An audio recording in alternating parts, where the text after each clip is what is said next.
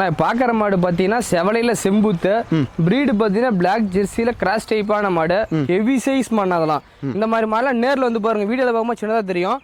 நேரில் வந்து பாருங்க ஹெவி சைஸில் தரமான மாடு, பெருங்குட்டான மாடு. பெருங்கூட்டான மண்ணா மட்டி செட்டு பாருங்க, என்ன மட்டி செட்டுல பாருங்க, கண்ணு போறது 20 நாள்ல இருந்து 25 நாள் ஆகும். தலையத்துல 2 நேரம் 27 லிட்டர் கறந்த மாடு. இந்த போகும் நேரம் பாஞ்சு கரை வரும்னு சொன்னாங்க. நாம அவ்வளவு சொல்ல தேவையில்ல. 2 வேலை 25 லிட்டர், காலையில 13, சாயந்தரம் 25 அசால்ட்டா கறந்துக்கலாம். நல்ல மாடு, ஹெவி சைஸ்ல தரமான கெட்டேரி. உடம்பு கணத்தை எலும்பு கணத்தை பாருங்க, நல்ல எலும்பு கணம், ரெட்டை முதுவை, நல்ல உடசல் மண்ணா. இது கறி மாடு கிடையாது. நம்ம எந்த அளவுக்கு சாப்பாடுறோமோ அந்த அளவுக்கு கறக்கூடிய மாடு. நல்லா நெட்டு நீளத்துல அருமையான கிடையாது. கவுரு மாதிரி நல்ல நெட்டு நீளத்துல அருமையான மாடு.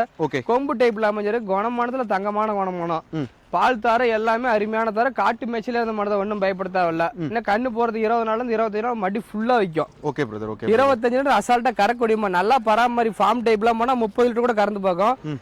வீட்டு யூஸ் தேவைப்படுற வாங்கிட்டு போனாலும் 25 லிட்டர் அசால்ட்டா கறக்கூடிய மாடு. மடி செட்லாம் காட்டுங்க. மடி செட்லாம் ஃபுல்லா வைக்கிறாங்களா?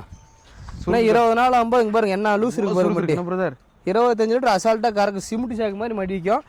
நல்லா பராமரிப்புனா 30 கறக்கு. காம்பு பாருங்க, கருங்காமல நல்ல மடி செட், நல்ல பால் தர. இந்த மாதிரி மாதிரிலாம் கிடைக்காது. லட்சத்துல வருமானம் தேவைப்படுறவங்க உடனே கூப்பிடுங்க, எடுத்துக்கலாம். அப்போ சேல்ஸுக்கு அவைலபிளா இருக்கணும். ஓகேண்ணா.